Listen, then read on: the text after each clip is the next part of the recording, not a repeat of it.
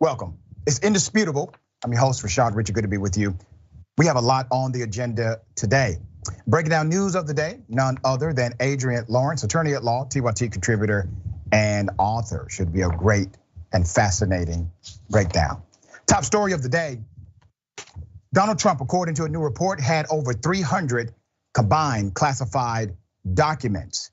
Many of those documents actually related to the CIA, FBI, and the NSA. Let me give you some background to this. It's quite interesting. So the initial batch of documented classified documents were retrieved by the National Archives. This was in January. It included more than 150 marked as classified, a number that ignited intense concern at the Justice Department and helped trigger the criminal investigation that led the FBI to swoop into Mar-a-Lago this month, seeking to recover more. Multiple people have affirmed this connected to the matter. There's more. In total, that means the government has recovered more than 300 documents with classified markings from former President Donald Trump since he left office. That first batch of documents returned in January, another set provided by Trump's aides to the Justice Department in June, and the materials seized by the FBI in the search this month. The previously unreported volume of the sensitive material found in the former president's possession in January helps explain why the Justice Department moved so urgently to hunt down any further classified materials he might have. Now, what is the defense of Donald Trump here? Well, it depends on who's talking. According to Giuliani, he did steal classified information. Giuliani said, yes, he was in possession of classified information. But see, he was just preserving the classified information. So that's one defense. Another defense from Trump's camp is that, well, Donald Trump actually had a standing order to declassify anything that he took. Well, once again, that's contrary to what Giuliani is saying. And then there are others who are saying, well, this is simply a witch hunt.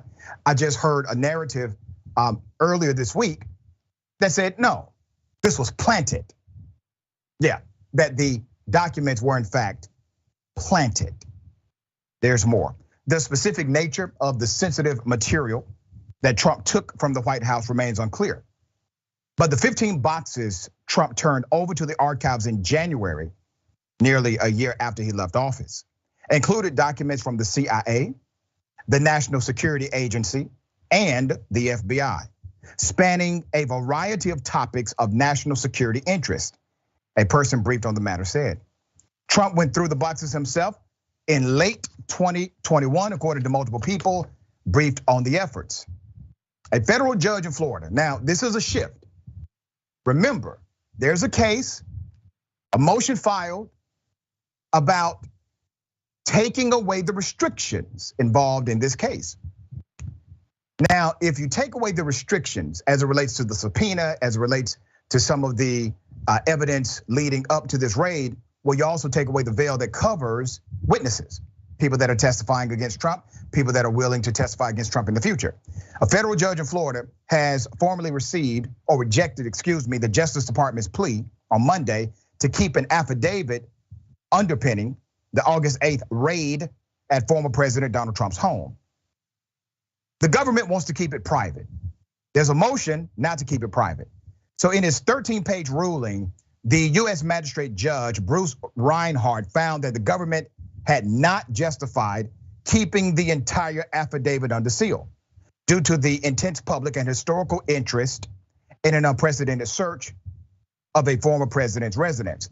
Now, if you remember when I covered this last week, I said it is interesting to note that the way this is going down is all about the contrast between public interest and this process of investigation. And typically a federal judge will weigh if the interest is intense enough, meaning public interest. If it is intense enough, there will be a different decision made.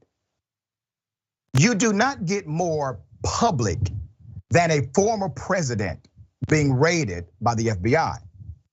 So we're likely going to see information, maybe Thursday, maybe Friday of this week. We're going to see information that could possibly provide a map of who's involved in testifying against Trump. So following a hearing last week, Reinhardt, who signed off on the initial search warrant of Mar-a-Lago earlier this month, gave the government until noon Thursday to submit proposed redactions of the affidavit. The Justice Department top counterintelligence official, Jay Bratt, argued that releasing the affidavit in full would, and I quote, provide a roadmap to the investigation and allow, quote, amateur sleuths on the internet to identify key witnesses. Well, what is this saying? The government has told us a lot here in their rebuttal. They have told us they not only have a witness, they have multiple witnesses. And not only do they have multiple witnesses, they have some that they have classified as key witnesses. That's a different distinction. In addition to that, there's enough there to where if this information is released, you will be able to connect the dots. According to the prosecutor, an amateur may be able to connect these dots. There's more. This is a volatile situation with respect to this search across the political spectrum. But on our side in particular, Brad told the judge, the government is very concerned about the safety of the witnesses in these cases and the impact of all the attention on these witnesses on other witnesses. So what does that mean? That means the government is concerned, and rightfully so, that violence may be animated against the witnesses that could be exposed. I submit to you that I believe some of these witnesses, or at least one, is connected to the family of Donald Trump. We'll continue to keep you updated as it develops this week. Attorney at law, your legal mind present in this case. What are your thoughts here? So we now know that Trump had some 300 classified documents in his possession, or at least at a minimum. And we also now understand that there were 700 pages of documents just in that first documents that were picked up by National Archives back in January. So the man had probably over 1,000 pages of classified documents in toto, and yet he continued to keep this in his possession. And we're also finding out that he had been subpoenaed twice, one for documents that were classified and also for the security footage. And then we also know that his attorney, Christina Bobb, is the one who signed the declaration, I believe in June, promising the government that Trump had no more classified documents in his possession. It tells us that Trump knew, he knew from January when National Archives demanded the documents, into June when they issued that subpoena, as well as when his attorney responded back saying, hey, we don't have any more classified documents, only for the FBI to conduct the search and to pull out 26 boxes. This man is an enemy of the state. If we are going to pretend that that is not the case, we are simply lying to ourselves. There is no way you can legitimize that man having all of those documents. And the thing is even if he said he declassified them, the declaration that Bob signed said any documents marked as classified. So that doesn't matter whether they are classified, were they marked as classified. That marking was still there and present. So if there's not indictment, if there is not any kind of prosecution, if there's not actually holding people accountable here, it really does tell us that the president is above the law and whomever his wealthy white cohorts are as well. Very well said, and I echo your sentiment about the attorney. I do believe Trump's attorney, because of this signature, is going to either A, become a co-defendant with Trump, or B, possibly be disbarred very soon. And people are saying, well, Trump declassified the information on his way out. Well, that's not true. You see, if he would have declassified the information, declassification does not exist just for a president. That's called being read in to a classified memo. So the president can have access to classified information without declassifying the information. If it is declassified, that means it is declassified for you and me, for the public. And if it's not available for us, then it's not in fact declassified. All right, very sad story.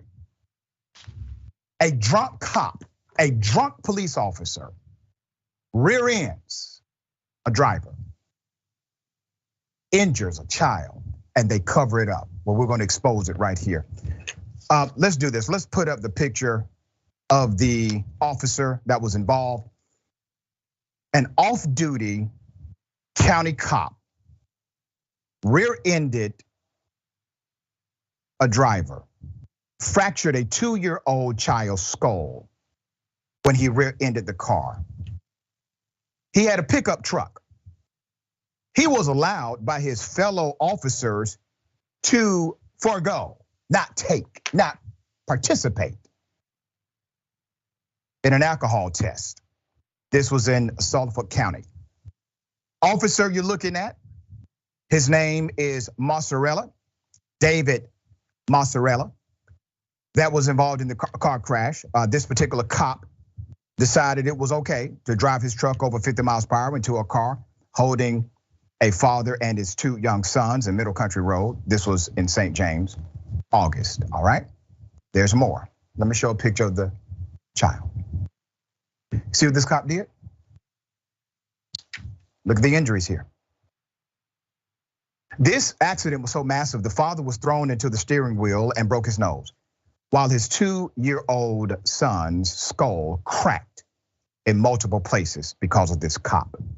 The injured child had to relearn how to feed himself and perform other activities he recently learned as a toddler. Almost 2 years after the crash, he still needs leg braces and is unable to run or jump. Now, I'm going to expose the cover-up. Officers from the precinct that this cop works in, they responded to the crash. So these are his buddies, keep that in mind. These are the people he works with them. They responded to the crash and broke all protocol to protect this cop from going through an alcohol analysis. A detective told Sergeant Lawrence McQuaid that he wanted to administer a breathalyzer test, but Sergeant McQuaid, who's a supervisor, instead contacted Officer Joseph Russo of the County Police Benevolent Association delegate.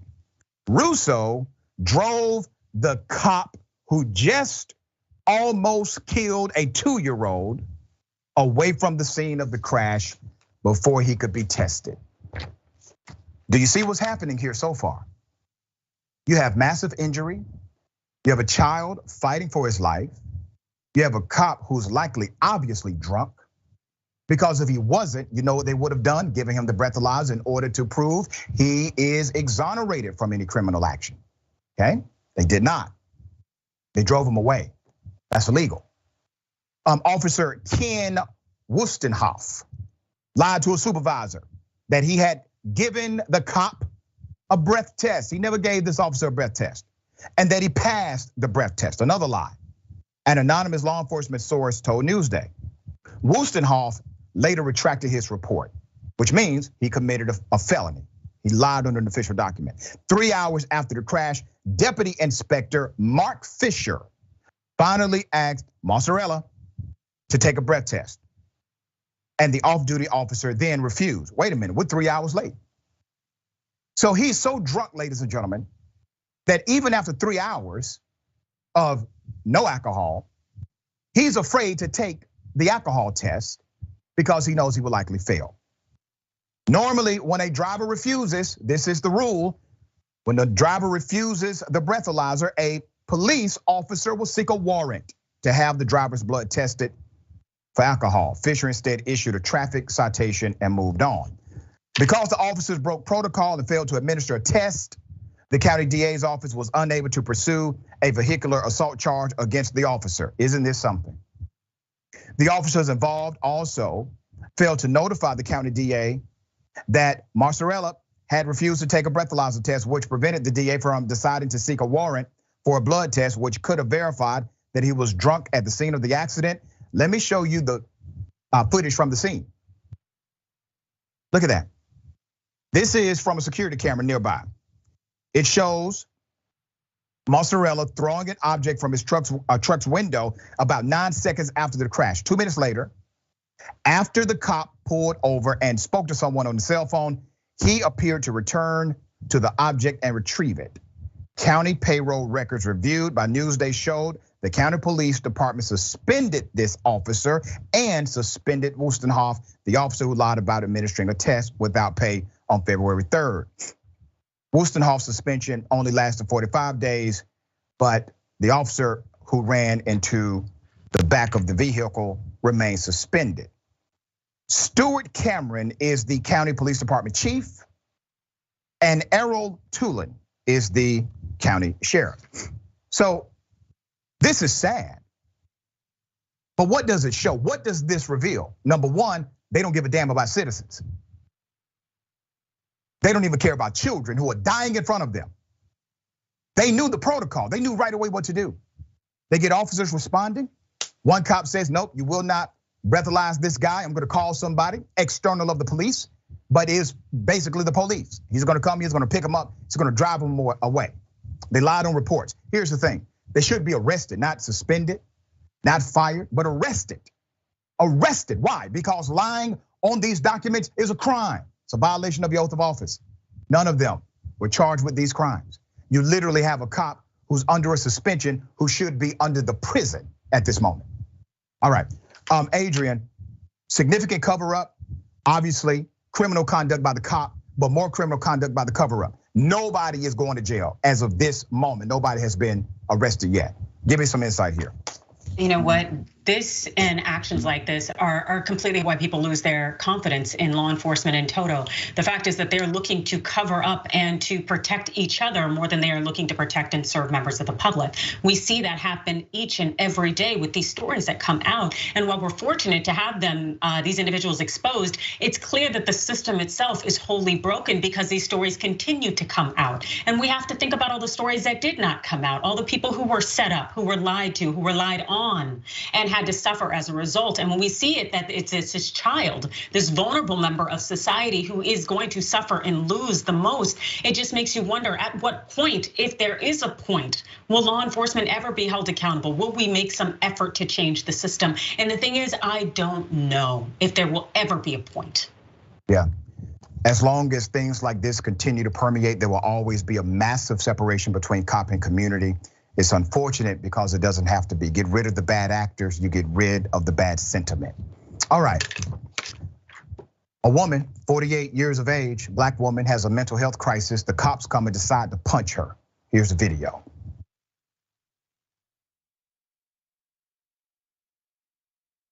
You see how they doing her though? You see how they manhandle her like that? He just punched her. He punching her. He punching her. You punching her. He punching her. He punching her. You got a mental disorder. You punching her. He punching her in her face. He's still punching her. He's still punching her. He's still punching her. He punching her in her face, twisting her ear.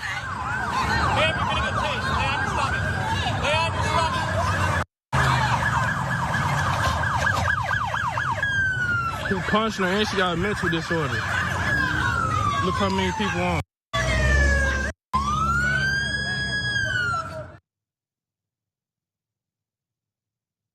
Coward cops. I'm gonna give you some background to this horrific story.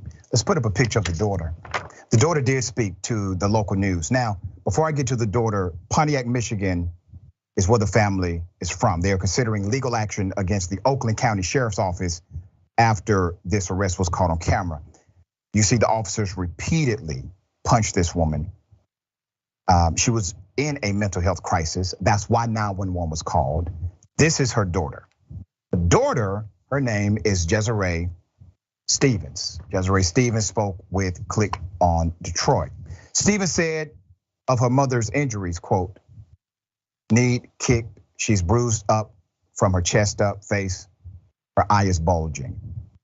She stated further, and I quote, they're here to protect the citizens, and wrong is wrong, and there's no justifying wrong. If she was wrong, you could have detained her in the proper manner. Stevens said her mother has a significant mental health issue. The original call came for a welfare check. And when the police arrived, they found a woman trying to light a face cloth on fire. She was experiencing a mental health crisis. The police said she exposed herself to officers and then swung at them. Once again, she's going through a mental health crisis. That's when they decided to tackle her to the ground and began to punch her repeatedly, no matter what. No matter what. You don't do that to another person. let alone a woman who's going through a mental health crisis. Please keep in mind, once they recognized she was going through a mental health crisis, she is now a patient, not a suspect, not an inmate, not a prisoner, but a patient. Oakland County Undersheriff Curtis Childs, let's put him up, defended the actions of the officers. Childs said, and I quote, "She resisted the arrest, and we did what we had to do to try and get her under control." When asked if the punching was necessary, this feckless leader said it was policy if required. The deputies were being bitten multiple times. Childs showed photos of the officers' injuries. Oh my gosh, what are we going to do? They are injured. You know what the cops would not show? The injuries that his cops did to this woman. Childs added, "It takes whatever force we have to do to gain compliance is what was being done." They mean to tell me that in order to subdue a woman who's experiencing a mental health challenge, the only thing your officers know how to do is punch her in the face while she's on the ground? That's it, that's all they know how to do. That's the extent of the training they receive.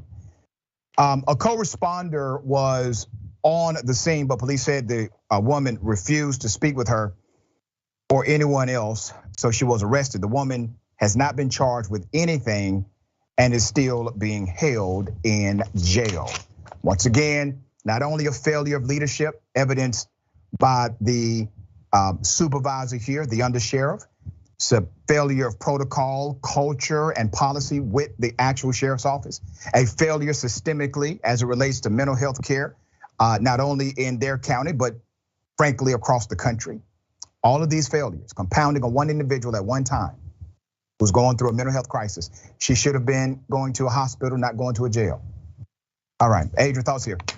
Of women in the United States, Black women are only about 13%, yet we're 28% of individuals who are murdered by police when we're unarmed, as well as just 20% of those who police kill. It really does show you that police officers continue to see Black women as being violent and criminal, even if we're simply having a mental health episode.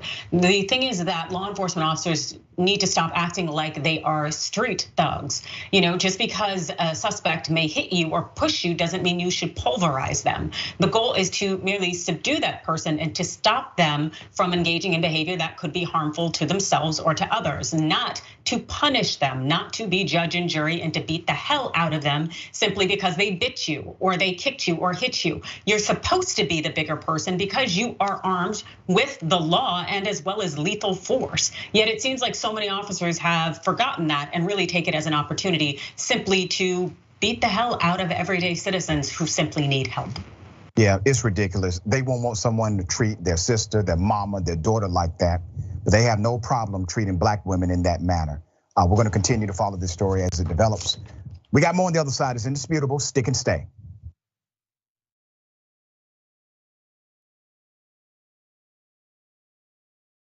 Indisputable has been named the fastest growing news TV show in the United States of America, compared to all shows on CNN, MSNBC, Fox News, and roughly 30 others. What do we do on this show? We tell the truth. You know why we tell the truth? Because the truth is simply indisputable. Donald Trump radicalized citizens. He's the chief terrorist. Republicans still want you to think that critical race theory is the greatest evil that can happen in K through 12 education. It's not even taught. I guarantee you this, David. If he would have taken a knee during the national anthem to bring awareness to the need for more money for cancer research in America, he would not have had that response. It was the fact that he took a knee for Black folk and brown folk. You rather pick the voters because you're scared of the voters picking the politicians. It frightens you, but we coming. When you are in a privileged position, equality looks like oppression to you. The Karenicity runs deep in this one. We provide a mirror for reflection and a mirror for correction. So what if I have 35? Don't hit me. Don't touch me. Don't touch me. So let's put up the graphic of this Karen in peak performance. Boom. They want anarchy so they can start creating their own rules. Can you share with me some examples? When they were running around during the terrorist attack on January 6th saying, hang Mike Pence. So those are the people I'm talking about. That's a problem, correct? You work for Mike Pence, stand up for the guy.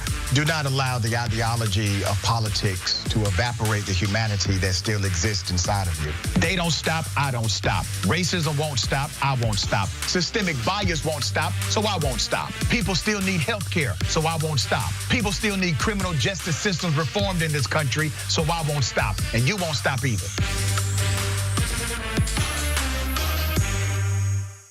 You're doing a show that's blowing the doors off everybody. Young Turks is the largest online news network, not a big deal. We're gonna rock the boat. We're gonna be counter-establishment. We're gonna tell people the truth to the best of our abilities. We're so sick of this corruption. We're not the robots on TV. I actually care about the news. Guilty, I care. Fourth day on Occupy Wall Street. Last night we launched Wolfpack. It's us pushing our ideas out there, trying to help the country in every way that we can, trying to make this place just a little bit better. Reporting from the Hillary-Bernie debate, I gotta be honest, you know what we do, we cover it for real. For us, this system isn't working. Free and fair elections. And when he told the cops that day, when they came to drag her away, and he said, if you're gonna chain her, you're gonna chain me. If you're gonna arrest her, you're gonna arrest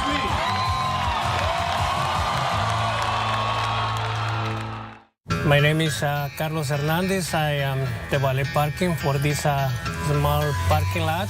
I work for TYTs, and they coming to this lot over 4 years. I know two more famous person, Bernie Sanders, the former Vice President Al Gore, and too many other guys. I'm so happy to cover it with TYT.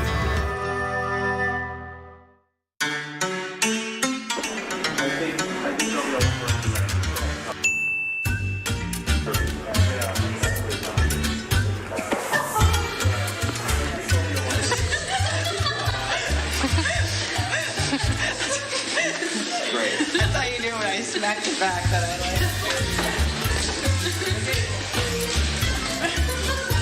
Say hi to the camera. I don't like this.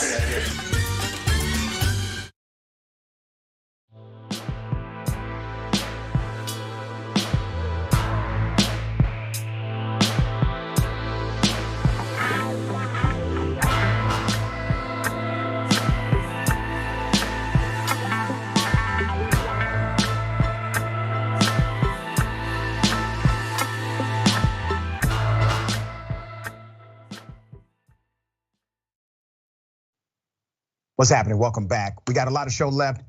Let me remind everyone, membership is available right there. If you're watching via YouTube, click join, multiple levels to become a member. All right, so now you can support, Indisputable by becoming a YouTube channel member. It's easy. Click that button, 3 levels to choose from. We're excited to grow our membership.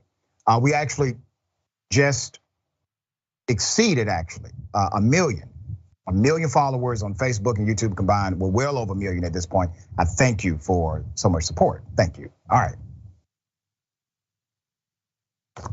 Faro, Portugal, Blue Blazer regular, 300 documents, ? This is like 600 years of reading material for the illiterate president. That's right. Yeah, he have a tough time getting through it. Conrad Williams, it's indisputable that cops are corrupt. It's no longer an issue of bad apples. The tree is rotten. It must be uprooted and replaced. Correct. Agreed.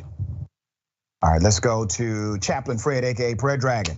Dr. Richard, do you really think Trump, and thank you for that, Chaplain, do you really think Trump will ever see the inside of a jail cell? Democrats are afraid of an insurrection/civil war. Trump is laughing. All right.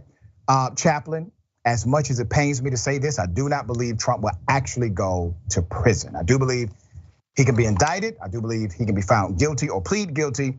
But as far as him going to prison, I think a federal judge would likely suspend his sentence, knowing that he's around Secret Service every day, and he will be mandated to remain under that supervision if it comes to it. C. Michael Henson, thank you, C. Michael. Dr. Rich, after teaching in the classroom and being a parent for a combined 22 years, need to write a book and sell it to the GOP called How to Get Your Lie Straight. I mean, really, yeah, exactly. But the thing is, they don't have to. They can just keep lying and somehow it works for them. Stoneflower Dragon, thank you so much. Anthony McClendon, thank you so much. Anthony says, I'm surprised these county cops didn't falsify the police report. So to say that the father of the 2-year-old boy was the one that fought for the accident. Really interesting. Okay. I got something for everybody. Ladies and gentlemen, I wish you Karen would. You want to call the police on them for having a barbecue on a Sunday. I feel free. Back off. I'm going to tell them there's an African-American man threatening my life. I'm going to take what? Say that. Matter of fact, say that. One more time. You're trying to. Come on. My cousin is loud. I don't want to try. You are so something you don't realize it. You don't realize it. I thought you was cool. And you just sit here and call him a. Are you sitting beside an African-American woman? You are stupid. You need to be locked up. I hope they lock the ass up. Because you a dumb ass bitch. You a dumb bitch. Who the is a you done lost. Bitch, you done lost no. Consequences and repercussions. Now I have more video here. This is a throwback, okay? There's more. You done lost no. You understand me? You are stupid.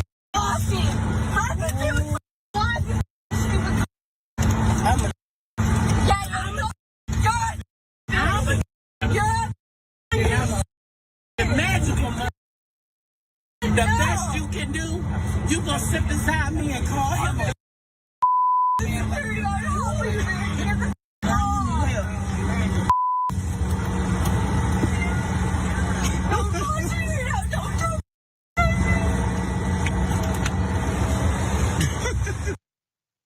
Karenicity in this one runs deep. A lot to unpack here, all right? Karens are dangerous. So this particular Karen decides to call an employee the N-word while sitting next to a black woman. But the black woman defended that employee, and that's when things became hostile. Interesting to note, the black woman was being removed even though the white woman was the one being racist. I know there are some people who push back on this on social media and say, well, that was just a word. It should not have gone that far.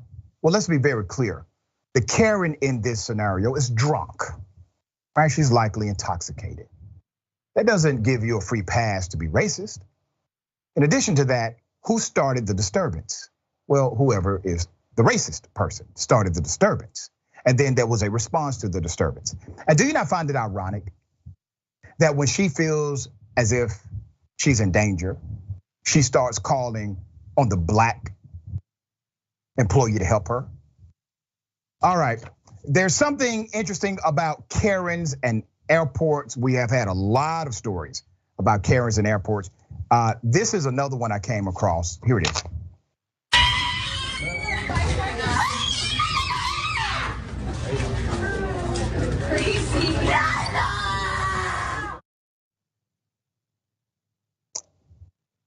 Yeah, honorable mention, Karen. Listen, you're on your way. Now, if you keep it up, Karen, one day you will have your own segment right here in Indisputable. Adrienne, I think they were removing the wrong person in that first video. What are your thoughts here?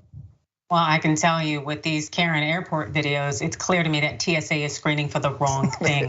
Right. Now, something needs to be done because this is very, very not good. As far as the first video goes, the woman was drunk. The white woman, the Karen, was drunk.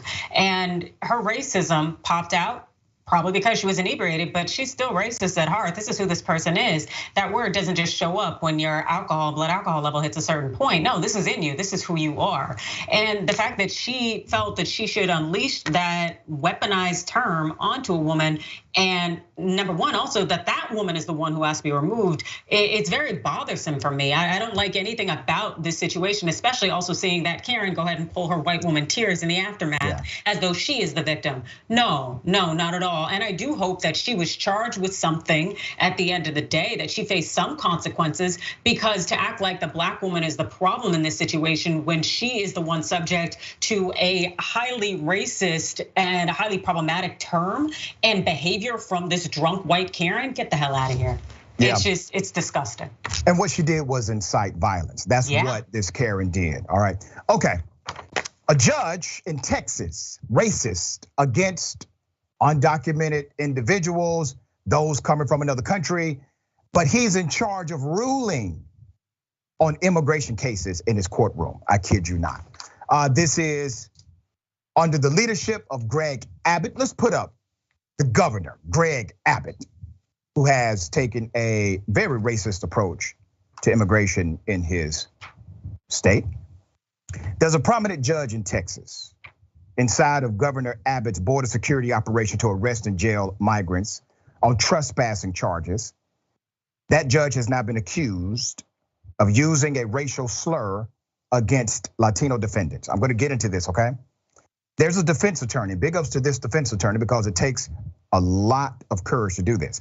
A defense attorney told the state commission on judicial conduct last week that Judge Alan Amos told her the trespassing defendants weren't your regular wet.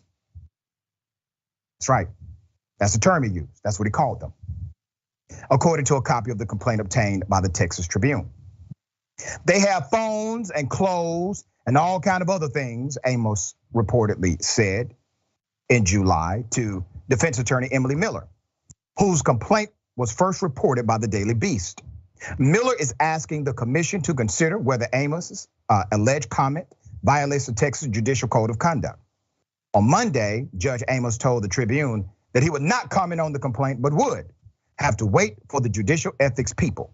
It's unknown if he will continue serving as a visiting judge for migrant trespassing cases in the meantime. So let's first talk about the systemic reason why this judge is even necessary. This is not a regular or regularly employed judge. This is a guy who has been tapped to temporarily serve as a judge due to the massive and ridiculous policy of Greg Abbott, which is basically to just start arresting every brown person that you see for trespassing. So they gotta get new judges in. So to get in these new judges, this cat happens to be one of them, Judge Amos. Well, he's racist. He says racial terminology. And then he rules in cases dealing with the same people he obviously despises. Why is this even a consideration? Why are we even talking about if he should remain on the bench or not? It's ridiculous. The judge has not denied that he called Latinos a racial slur. He didn't deny it. He didn't say, oh no, of course I never would say anything like that. I don't have a racist bone in my body. Nothing like that. He says, well, I have no comment. We'll just wait on the investigation, see what they say. You know why he's confident enough to say that? You know why nobody's asking for his resignation? You know why? Because he knows he will likely get away with it. And the people around him, they know it as well. You don't see prominent Republicans coming out against him saying, we have no place for this on our judiciary. That's not happening. They're down with the program. You have to keep in mind, if you protect racists, who are you? You're racist yourself. All right, Adrienne, have you ever known a judge to be openly racist on the record, say something that was completely racist against an entire group of people on the record, have a complaint, and still ruling on cases dealing with that same demographic? Yes, unfortunately, this happens all the time. Yes, I speak with one of my girlfriends who practices up in the Illinois area, and the things she has told me absolutely, utterly disgust me. And it's so incredibly sad because there are so many members of our community who do not have any kind of social standing or power to be able to speak up and to push back and to challenge this type of behavior. Because at the end of the day, what we're expecting from our judiciary is to be a neutral arbiter, the one who is able to preside over a case and be objective. But when they've let you know that they are not only not objective, but they are intentionally going against someone as adversarial. They have come up with their own conclusions before any facts have been entered into evidence. That tells you that that person is not neutral. They are not an arbiter. They are not a judge, and they shouldn't be in a position to judge anyone in our society, yet our society is giving them license to do so. And that tells us where we are failing entirely as a community and the communities that are being failed in the process. You're so right. The prerequisite, the basic prerequisite to being a judge is being impartial. And if you believe that an entire group of people deserve your racist slur, there is no way possible you can be impartial. You can't be impartial for them, and you cannot be impartial for others, all right? We got more on the other side. It's indisputable, stick and stay.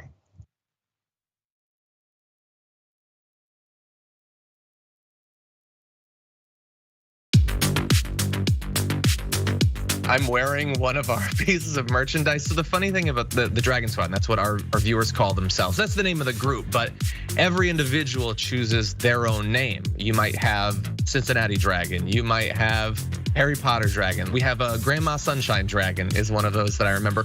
These are people that like to have an element of themselves, their lives, what's significant to them reflected as a part of the community. But the concept of the Dragon Squad is just something I threw away as a joke. I was mocking the Proud Boys, these like right-wing groups that come up with a name for themselves that they think is cool, but it's actually really lame. And I thought, off the top of my head, I can come up with something that's still kind of lame, but much cooler. And so I threw out Dragon Squad, and I just moved on with my life. But everybody liked it, and so they kept it going, and so we've embraced it. And I think again, this was during the period of the pandemic. I think it was sort of nice to have a renewed sense of community, a feeling that you're a part of something when everything seems so chaotic.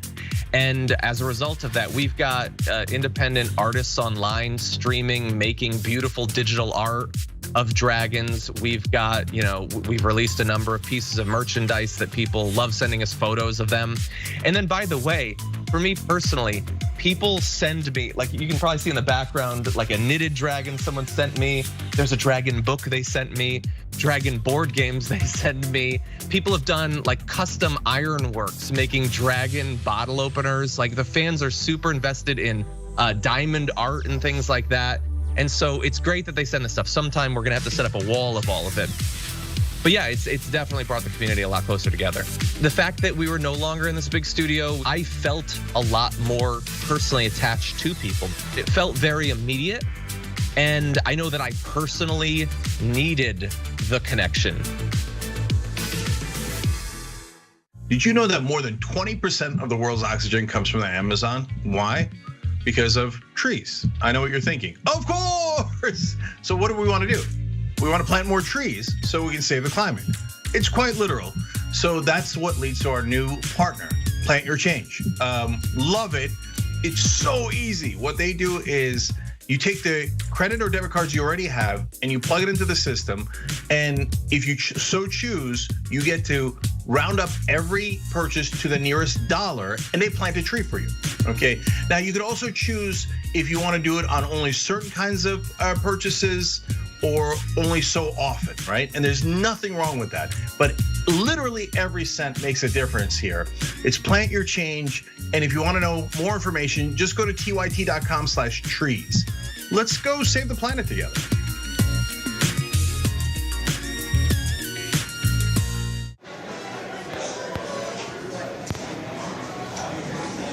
Now, top.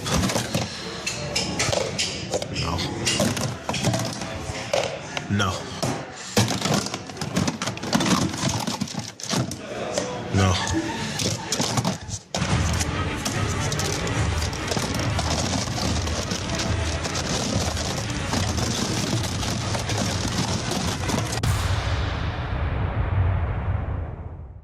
Today, a terrible day for the internet, a terrible day for America. The internet as we know it is not going to exist anymore. A real dark day for information, and yet another way that they're bleeding out the democracy. We're now going to have these gatekeepers of information deciding what we can and can't see, and that's what scares me the most. Whether you're conservative or progressive or anywhere in the middle, this is the one thing we should all agree to. Protect the internet, because the establishment is coming for it.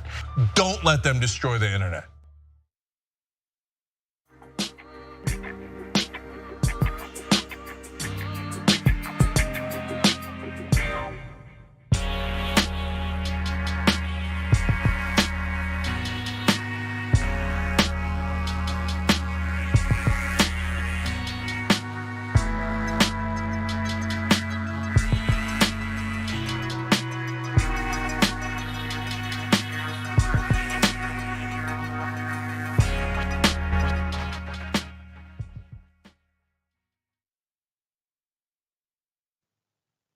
Welcome back. We got a lot of show left. Okay, let me read some of these amazing comments. Don't forget about the coverage today. We got progressives running against the establishment again, head to head. Another round of primaries tonight. Tune in at 8 p.m. Eastern time, 5 p.m. Pacific time. Catch the crew, cover the races that you care about, New York and Florida. Watch on tyt.com/live, tyt.com/live. All right. Greyhound Dragon says, Karen should not be allowed to drink, especially at airports. You know, I'm for that, but I don't think it will stop the Karenicity we see. All right, Chai Massey or Chi Massey. Remember the movie Throw Mama from the Train? They need a Karenized sequel. Throw Karen from the plane. That's so wrong. See, Michael Henson. The incident on that airplane with Karen reminds me of back in the day when Big Mama could and would discipline anyone's child at any time. Chaplain Fred says, this is a Karen possessing this poor girl. You're right. That was the Karenicity, jumping from one body to the next. We've learned something new about Karenicity now. Okay, an Uber driver. Yes, an Uber driver driving his car. He sees a burning fire. He sees a building on fire. He jumps out of the car, goes inside of the building, saves people, gets back in the car because he has a passenger and gets her to the destination on time. I kid you not. Let's put up a picture of this hero. This is amazing. His name is Fritz, Mr. Fritz Sam. Fritz Sam is a New York Uber driver. He is being called a hero after running into a burning building and saving the residents while on the clock. He tells his story of the rescue. Here it is. My name is Fritz Sam. I've been driving with Uber since 2015. So my second passenger pickup, heading towards LaGuardia Airport, she was on track. 5 minutes into the trip, we noticed there was a commotion going on the sidewalk, and we looked closely, and all of a sudden we see a fire come out the second story window. So yeah, so I say, hey, is it okay to pull over? And she's like, no, guys, pull over. And so we scream at the top of lungs, get out, get out. I think I heard somebody say, oh, someone's still inside. So I handed my phone to whoever was next to me and said, hey, take this. And I darted up the staircase. So I went upstairs, and it was laid on top of the staircase. I kind of grabbed her hand. So we're walking downstairs. I'm still talking to her. We're going upstairs. Don't worry, it's okay, don't worry. And then by the time we get downstairs, I walked her outside. I didn't go outside, but I kind of led her to the door. And at the same time, the first firefighter was coming through the door. So now I'm running towards my car. We got in the car, so I apologized to her. She was like, nah, don't worry about it. Got in the car, and we headed towards the airport. And it was just kind of like, wow, I was like, look, all I know is I can't tell my wife. I ain't gonna tell nobody. That is a hero. He did not toot his own horn. Somebody else did that for him. Let's put up his picture again. Mr. Fritz Sam is his name.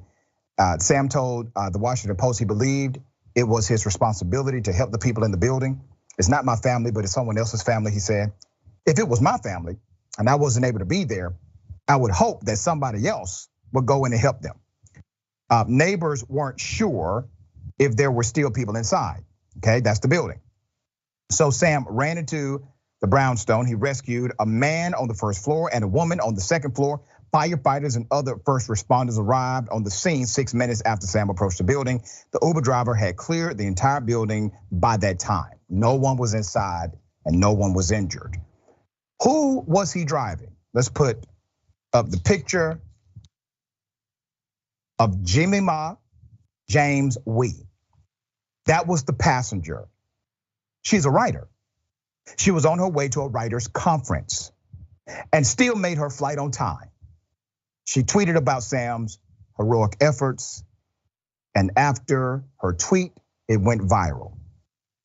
The two have now made media appearances together. Let me tell you why it's important to highlight this story.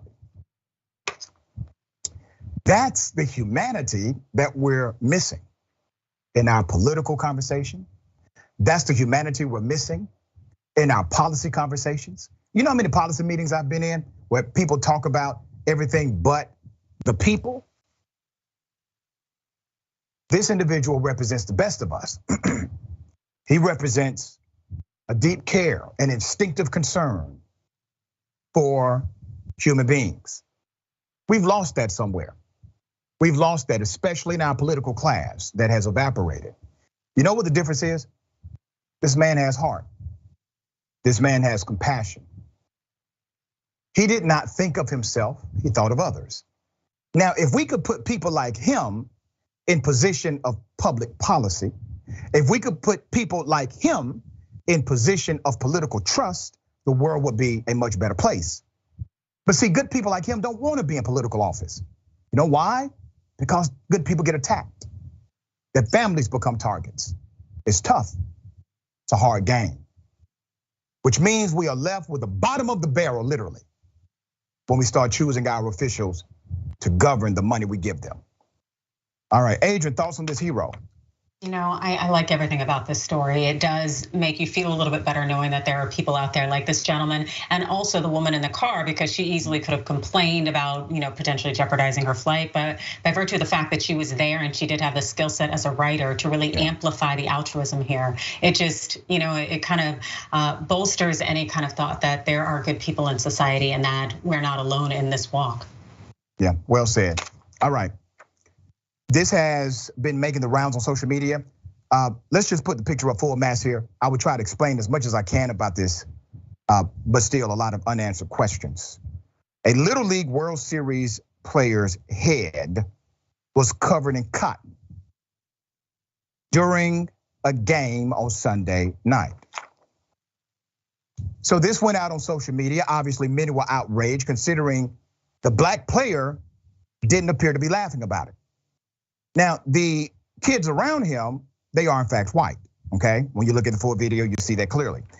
The incident happened in the 8th inning of the Red Sox versus Orioles Little League Classic game in Pennsylvania, when several members of the Davenport, Iowa Little League team, who are white, took stuffing out of giveaway toys and placed it on a black teammate's head. So the Little League World Series, they did submit a quote. Spokesperson said, after speaking with the team, as well as reviewing photos, multiple players on the Midwest region team were taking part in this while enjoying the game. As only one player appeared on the broadcast, Little League International understands that the actions could be perceived as racially insensitive. Okay, we get that statement, all right? I don't know what adult supervision allowed this to happen. Obviously, adults are there. It's a Little League game, they got coaches, they got parents, they have support staff. I played baseball. They allowed this to happen. So that's one failure. Number two, maybe one of the kids thought this would be funny because of what they've learned from their own home. And number three, the reason we are aware of this is because the cameraman or camerawoman decided to focus in on this while it was happening at the end of the game. So we are made aware of it on live television because they made a conscious decision to say, hey, let's show them picking cotton off of this black child's head.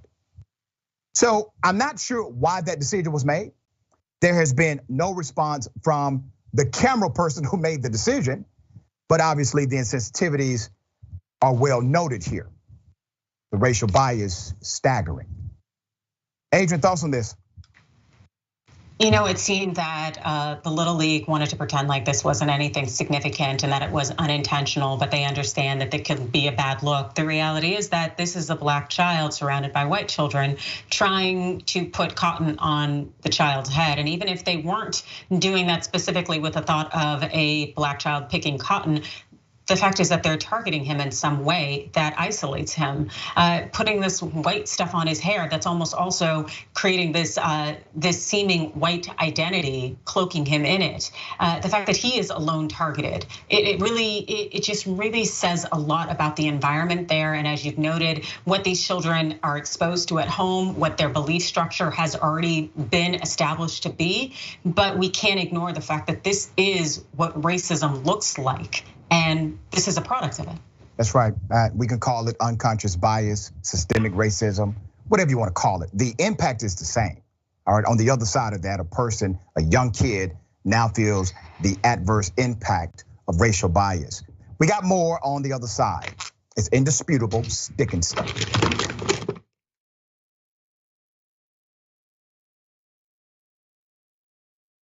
Do all of you know the Young Turks?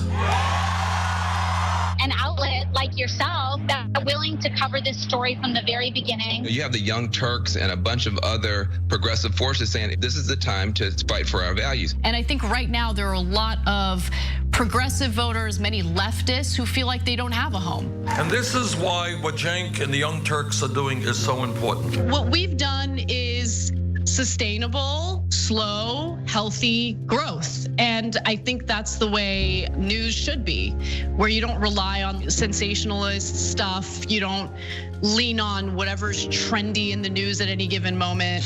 You just go with the truth. You gave me a platform. You've uplifted so many other progressive voices through this network, and you're constantly looking for people that you can amplify through the work we do, through the infrastructure that you built at TYT. It takes those early people who believe that can really be the seeds of this movement, and that has been the Young Turks. We're super serious about the news. We also managed to do it in a way that is fun and lighthearted. We're not TYT, you're TYT.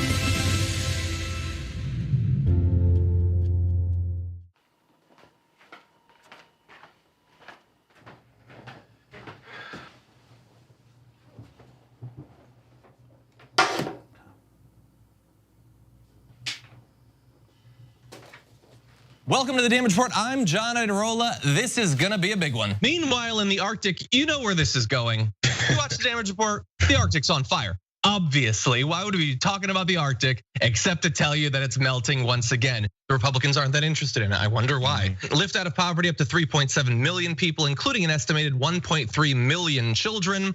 Hashtag save the children? Not if it costs money. I mean, come on. Welcome to Indisputable. I'm your host, Dr. Rashad Richard. We got a lot happening today. But what do we do on this show? We tell the truth. You know why we tell the truth? Because the truth is simply indisputable. Rashad, great to be here. Congratulations on the new show. And I gotta let everybody know that Rashad and I go way back. Here's the pattern that we see in all of these Karen stories. They think they own stuff they do not own. Now, where does that come from? I don't know, maybe slavery. Maybe they think they should still own black people. This is what happens when Karens weaponize the police. When you're used to privilege, equality seems like oppression. It hits you in a certain way when someone is holding you against your will, treating you like you're a criminal and you're an innocent person. This is something that black people face no matter where they are. A stronger black economy lends itself to a stronger, greater economy. Don't think it's exclusive of you, it's inclusive of you. What's your beef with critical race theory? It adds more fuel to the fire of the racist tendencies that we already have. We have a generation of problem solvers that can remedy the problem if they are properly taught what the problem is. You know who created redlining in this country? It was a white liberal. I don't give a damn who created it. If it's a racist policy, Shelley, here's what I don't know. I don't know. See, there you go filibustering, brother. You're scared of this truth, but you're gonna get it, though.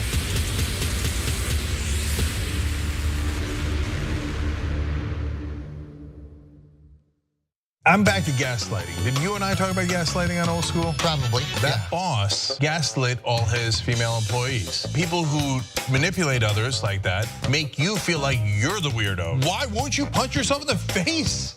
What is wrong with you? And you're like, oh my God, I feel so bad. Why didn't I just punch myself in the face and poke my eye out?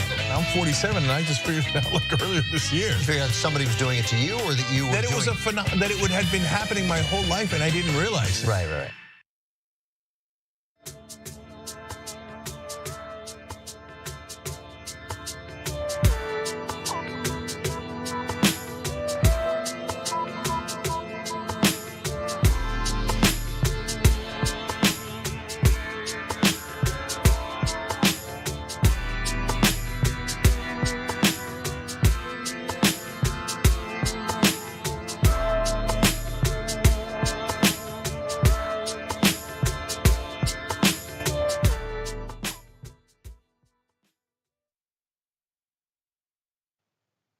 Welcome back. Got a lot of show left.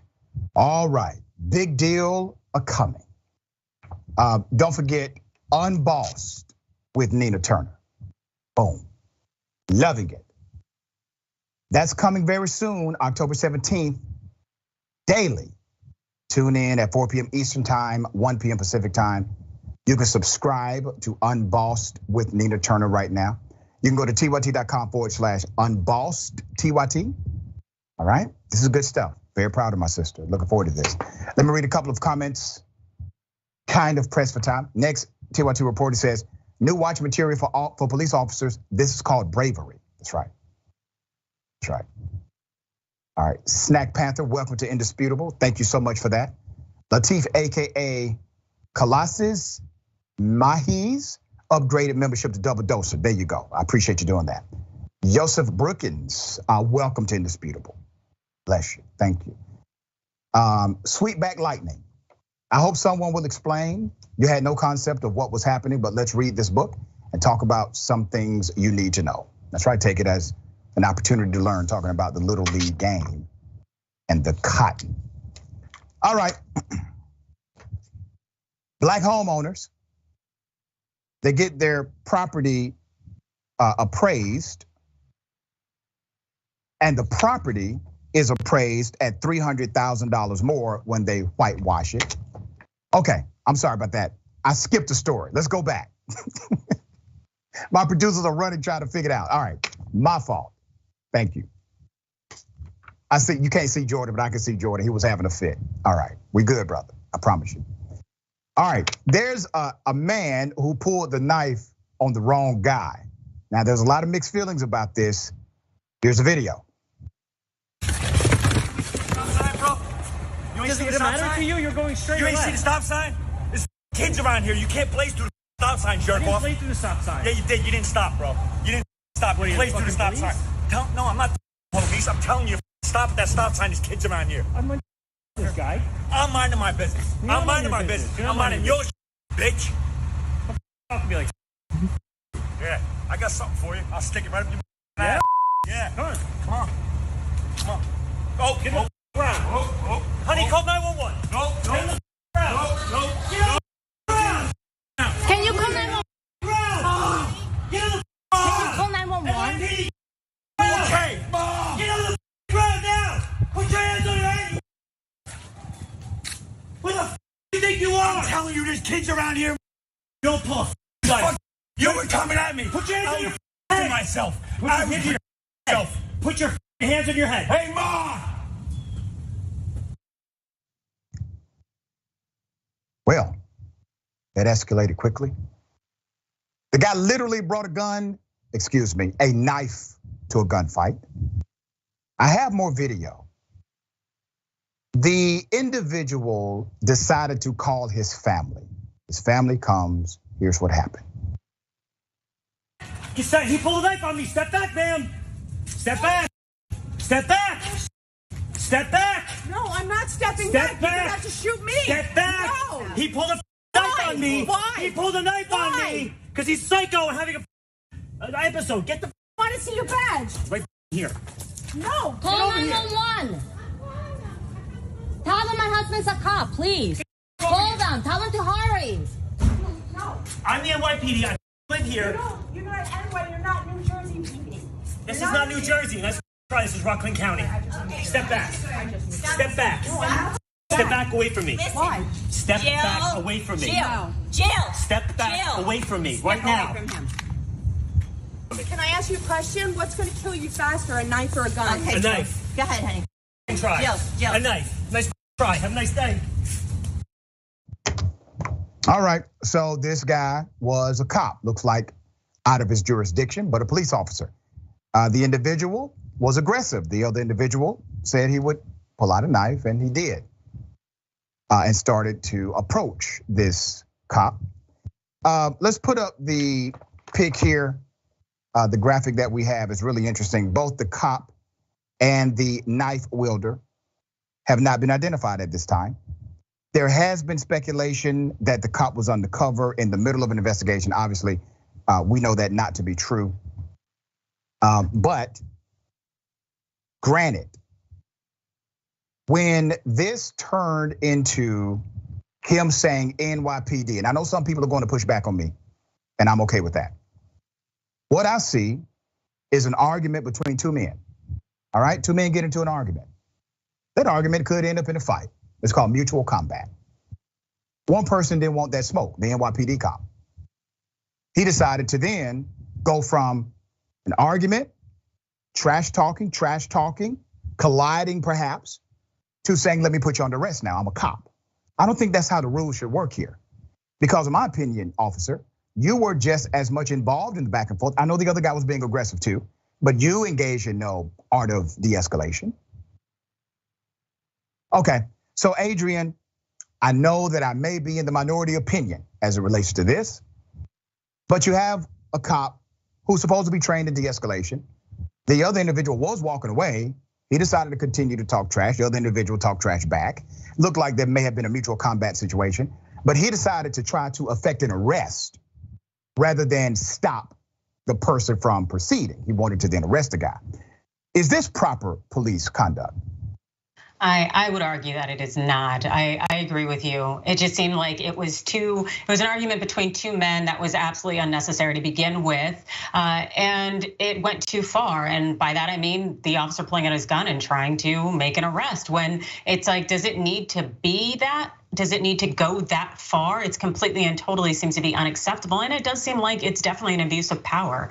And that really doesn't seem to be what you would want from someone who, again, is protecting and serving, but also a member of your community. They have to live in the same complex. What's the point of this? Yeah, and don't think I didn't notice how the woman in this story obviously benefited from significant privilege, because I guarantee you if a black man would have been in that cop's face like she was, something contrary would have happened. He decided not to go that far with her.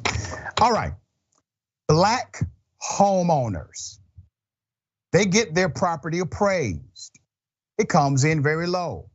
They then whitewashed the home. What does that mean? They made it look as if white people owned it. It shoots up by $300,000. I kid you not. Let's put up the picture of Dr. Nathan Connolly and his wife, Dr. Shani Mott. Last summer, they welcomed an appraiser into their Baltimore home, hoping to take advantage of the historically low interest rates and refinance their mortgage. They had been approved for a loan and told their home was likely worth $550,000 or more. The family lives in the majority white neighborhood in North Baltimore of Homeland. So they believe their house, improved with a new $5,000 tankless water heater, $35,000 worth of renovations, was worth much more than the $450,000 they paid for it in 2017. But 2020 valuations, a Maryland appraisal company, put the home's value at $472,000, and in turn, Loan Depot, it's a major company, mortgage lender, denied the couple a refinance loan.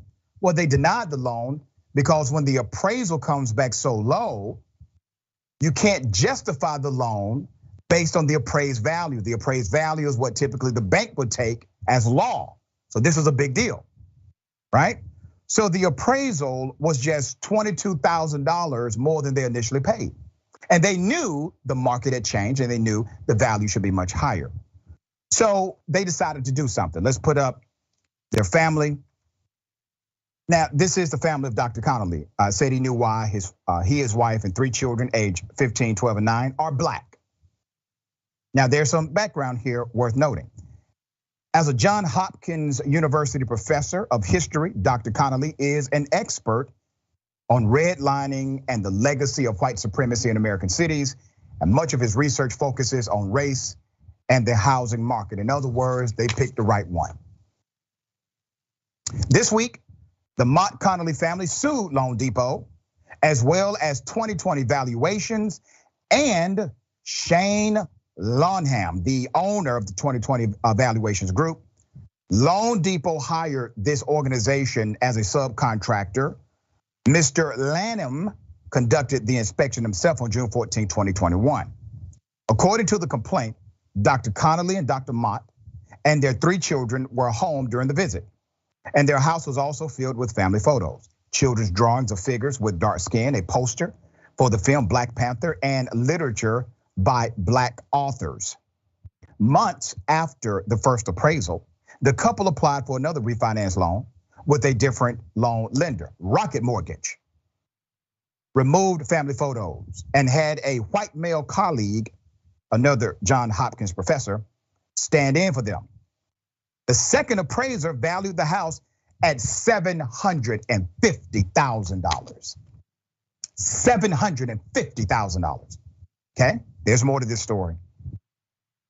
This time they underwent what's called a whitewashing experiment. We have covered these before on Indisputable, removing indications of Blackness from their home and replacing them with signifiers that a white family might live there instead. They cleared their bookshelves of works by Black authors. They asked white friends to share family photos and place those in picture frames around the house, on their walls. They hung art, bought at IKEA that showed white people. You don't get whiter than IKEA artwork inside of your home. So when the appraiser came, he saw all of this evidence, especially IKEA, that sealed the deal. What happened? In the suit, the couple criticized how this appraiser did his job. In Mr. Lanham's appraisal, he selected 3 homes. This is his formula now. He selected 3 homes with values ranging from $435,000 to $545,000. A fourth comparable, which sold for $650,000, was ultimately not used in his valuation. The first home he used, the complaint argues, he considered a fixer-upper, which the home of Dr. Connolly and Dr. Mott is not. The second he used is outside of the boundaries of the Homeland neighborhood, amid a majority Black census block of homes. So let me try to break this down some more. Basically what the appraiser did is he took one of the lowest valued homes that was a fixer-upper and said, okay, we're gonna use this as a marker. And then he utilized another home in a Black community adjacent outside of the community of Homeland. And he said, okay, this is a Black community, we're gonna use that one as a marker. And he comes up with the appraisal based on these models or measures, which are contrary to actual policy and protocol. In the third, he deducted $50,000 from the comparison amount because Dr. Connolly and Dr. Mott's home faces a busy street. A deduction, the complaint says, that is excessive and inconsistent with proper appraisal practices. Another $20,000 was deducted for quality of construction. All of the selected comparable homes, the complaint says, were of lower quality than Dr. Connolly and Dr. Mott's home. And the appraisal incorrectly stated that their home had not received any updates for 15 years, a lie on the document they found. According to the complaint, Mr. Lanham cherry-picked low-value homes as comps.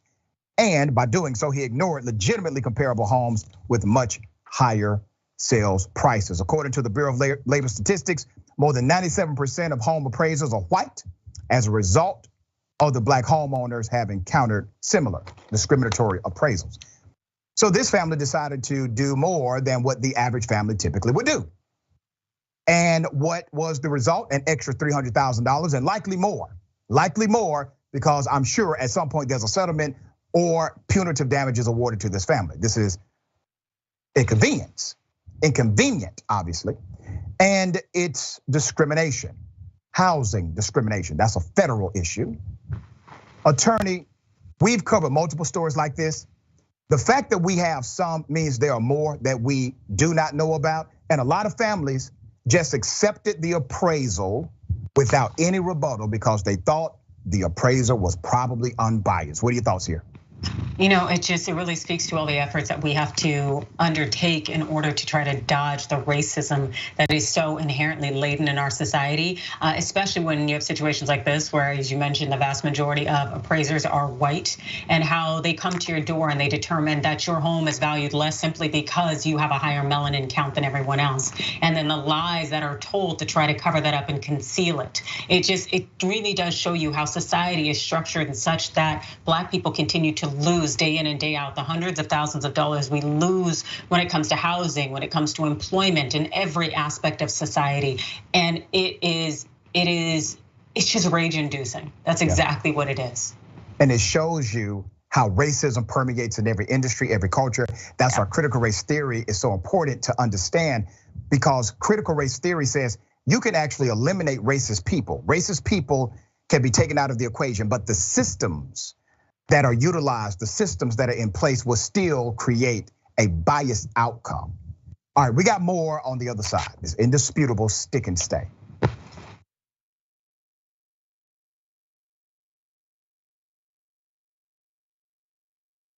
Our system is inherently rigged against the will of the people. They have 50% of the vote, and in a democracy, they should have 50% of the seats. But if you live in an insanely gerrymandered district, your vote functionally doesn't matter. We drew the map in a way that even though we get 50% of the vote, we're gonna get 13 out of the 18 seats. You don't actually have the ability to translate the will of the voters in your area into actual government policy. They should not be allowed to gerrymander these districts. We should actually have a democracy.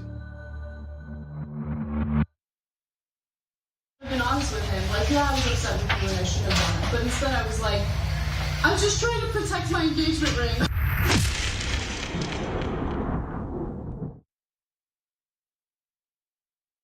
At TYT, our mission is to boldly pursue truth, challenge the establishment, and drive positive change. At a time when corporate capture of our media, our government, and our politics is nearly absolute, everyday working people need a champion to fight for them and to push back against the powerful interests that threaten our democracy itself. At TYT, we're proudly progressive and call out corruption and duplicity wherever we see it, from Republicans, Democrats, or anyone else. And unlike mainstream news media outlets, we're not beholden to corporate advertisers, to defense contractors, to Wall Street, or to big pharma. We only have to answer to our audience, and for nearly 2 decades, we've accomplished that by delivering honest, timely, and insightful perspectives on the day's news without fear or favor or concern for whose toes we might step on or which powerful elites we might offend. And while we're super serious about the news, we also manage to do it in a way that is fun and lighthearted. We can do this together and serve our audience, and yes, have fun doing it.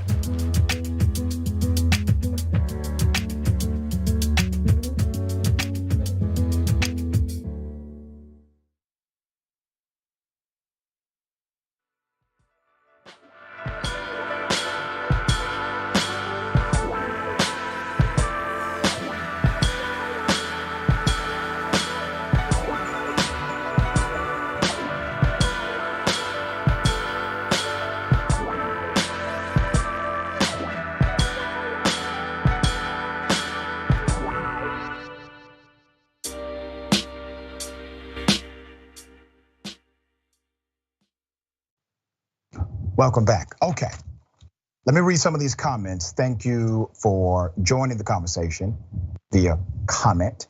RX Ooze, thank you for that, RX. Should have laid out gluten-free crackers to raise the value even more. Yeah, okay. Kelly K, do off-duty cops always carry their service weapons and badges? That's interesting. Some of them do. Some of them do. Reverend Antoine L. Mesa Sr., welcome to Indisputable. Thank you so much for joining. We appreciate your presence here. Twitch, all right. King, Apple One, these two found each other All right, talking about, okay, yeah, the man that pulls the knife. All right.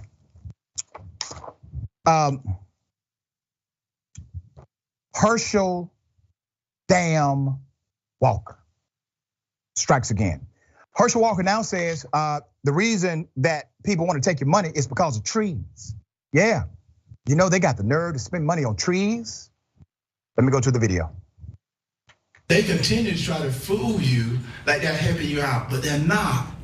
They're not helping you out because a lot of the money is going into trees. You know that, don't you? It's going into trees. We got enough trees. Don't we have enough trees around here? Whole thing.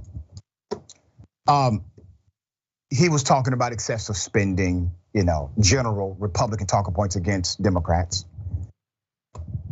It's possible Walker might have been referring to a provision in the law that allocates $1.5 billion to the US Forest Service's Urban and Community Forestry Program. That's a good thing. That's a preservation grant. Walker tweeted Monday evening, yes, you heard me right. Joe Biden and Reverend Warnock are spending $1.5 billion on urban forestry, raising taxes on those making under $200,000 to pay for it. Yes, I have a problem with that. So obviously there's nuance and lies associated with this tweet, but it's politics, full contact sport here, right? Now, we know Walker is no stranger to making head-scratching remarks. We've covered them a lot on Indisputable.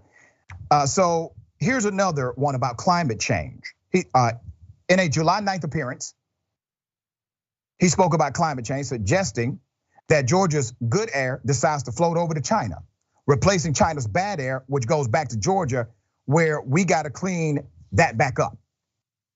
And listen, I don't have the time to go over all of his ridiculous comments. So the producers here at Indisputable put a little something together for you. Here it is. One time, science said man came from apes. If that is true, why are there still apes? Think about it. Do you know right now I have something that can bring you into a building that will clean you from COVID as you walk through this dry mix? They don't want to talk about that. Senator Lewis, one of the greatest senators that's ever been, and for African American, that was absolutely incredible. I think them to throw his name on a bill of the voting rights, I think is a shame. First of all, when you look at the bill, it just doesn't fit what John Lewis stood for. He's in a church where man preached is not the color of your skin, but the content of your character. He's never talked about anyone's character. He's always talked about the color of someone's skin. Cain killed Abel, and that's the problem that we have. And I said, what we need to do is look into how we can stop those things. He talked about doing a disinformation. What about getting a department that can look at young men, that's looking at women, that's looking at just social media? What about doing that, looking into things like that, and we can stop that way? Sir. We need a department to look into young men, looking into young women. You just lost, brother. I have no idea what's going to happen. It's a damn shame that you're even competitive against Senator Raphael Warnock, who, by the way, will be on the show very soon, next week, I think. A damn shame. Adrienne, at this point, I'm kind of at a loss for words here. He's obviously incapable. His own team says he's incapable of leadership. They are continuing to prop him up, basically, to make him seem credible, and he's not. But he's talking, and the more he talks, the more information we get. He's still competitive. He could still win the US Senate race in Georgia. What are your thoughts? I think it's an absolute and utter shame. This person is not qualified. They have no legitimate plan. They can't even formulate a sentence in some way that it would actually be, communicating something that is worthwhile. It really is an embarrassment to see that this is someone who our society says, yes, they should be in a leadership position and role. It really also shows you this is what racism looks like, when it is something that people are clinging to so steadfast that they're willing to put this individual up as their leader and put him again in a position of power. And they're willing to do that simply because they do not want an educated, informed, solid leader because that individual is a black man. Yeah, and they do not want an independent thinker. They don't want anyone who's actually able to think for themselves, look at information, look at evidence, make a conclusion. They don't want that. They want someone who will simply do what they are told to do, like a Herschel Walker. So that plays a big part of this entire manipulation happening in the Senate race.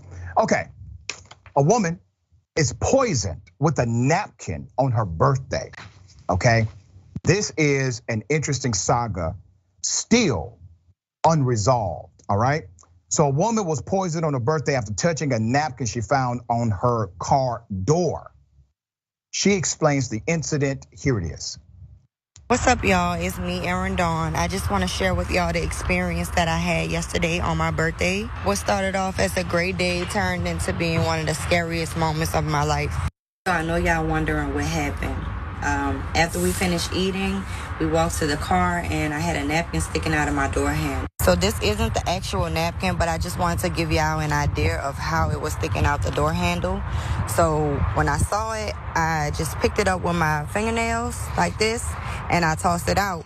I didn't touch the napkin, but guess what? I still opened the door with my fingertips. So once my husband got off the phone, I asked him, did you put a napkin in my door? And he was like, no. So immediately I started looking for the hand sanitizer. I'm like, oh my God. So he was just like, just go back inside, wash your hands. It's gonna be okay. I went inside, washed my hands, and maybe like 2 minutes later, my fingertips started tingling. Then maybe after about 5 minutes, my whole arm just started tingling. Then it started to feel numb. I got lightheaded. I felt like I couldn't breathe. I got hot. It just was a whole bunch of different feelings at one time, and I started to panic. Once we got to the emergency room, I explained to them what happened, and immediately they brought me to the back, took my blood pressure and everything. They say my vitals were not stable, so they immediately put me in a room and gave me some fluids. They ran a whole bunch of tests. I had a CAT scan, just a whole bunch of stuff. I was there for about 6.5 hours. The doctor said I had acute poisoning from an unknown substance. I didn't have enough of it in my system to determine what it was. But just that little amount had me messed up, y'all. Like, wow. Now, this is not the only incident like this. So we're doing this story because I want to make sure women are vigilant. Please be vigilant. If you see something like that on your car door, do not touch it. Call the police. All right, call 911, but do not touch it. Let's put up the picture of this young lady, full mask here. This was horrific. According to Fox 26, expert Mark Winter of the Southeast Houston Poison Center said the symptoms described by Ms. Sims matched hundreds of potential toxins. This despite doctors performing blood work, urine testing, and the CAT scan. They could not figure out exactly what it was, but it is clear to them that she was absolutely poisoned, no question about it. But they cannot find the poison, which means they cannot trace it, which means they cannot find the perpetrator. All right, Adrienne, thoughts on this? I think this is absolutely terrifying, particularly as there was a recent video that just came out about that happening to another woman who was leaving the zoo and feeling like there was a man following her and then seeing something in her door handle as well. It seems that people who are engaged in all sorts of criminal activity, targeting women, whether it's trafficking or some kind of assault, is that they are coming up with new tactics in order to subdue women and make it easier for them to be taken. And this is a very scary thing, in part because it's just the whole overarching attack on women and our bodies is something that is going on in society. And so to continue to have to fear for your safety in public places, it really just continues to make our lives hell. Yeah, it's so unfortunate. It is. Thank you so much for everything you do. Tell people how they can follow you, check out your great work. You can check me out on Rebel HQ, which is on Facebook as well as YouTube. Also, I'm on Twitter at Adrienne Law and Instagram at Adrienne Lawrence. All right. Ladies and gentlemen, remember, take care of yourself, take care of each other, take care of the planet. Remember, the truth is always indisputable.